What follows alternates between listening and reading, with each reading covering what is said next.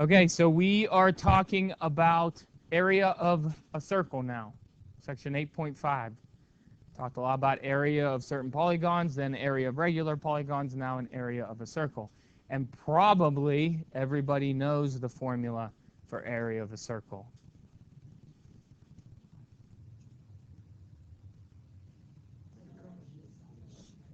All right, so the area formula of a circle is pi r squared.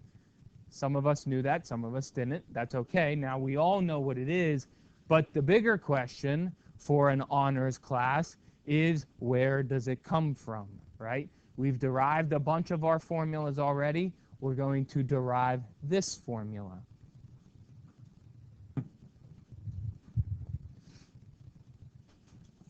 So far, you have discovered the formulas for the areas of various polygons. In this lesson, you'll discover the formula for the area of a circle. Most of the shapes you have investigated in this chapter could be divided into rectangles or triangles. Can a circle be divided into rectangles or triangles? Not exactly, but in this investigation you will see an interesting way to think about the area of a circle.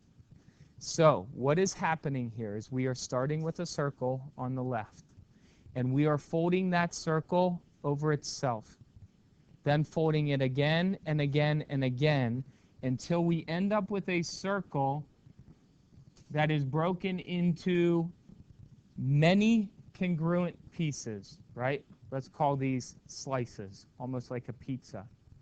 We know that theoretically we could slice a circle into an infinite number of pieces, right? And those infinite number of pieces would become less and less like slices of pizza and more like triangles, because this curved part of each piece would become smaller and smaller and smaller until it's approximately straight.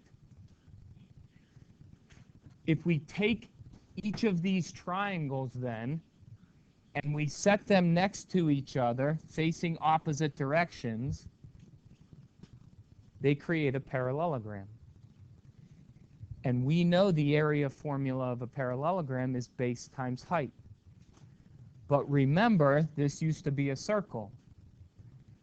And so the height of the parallelogram was the radius of the circle, and the length of the parallelogram was half the circumference of the circle. Because, of course, half of the circle is here on the bottom, and half of the circle is here on the top, right? Circumference, we know, is 2 pi r. Well, half of that is just pi r. So when we calculate the area of this new parallelogram, base times height, we have pi r times r, which is pi r squared.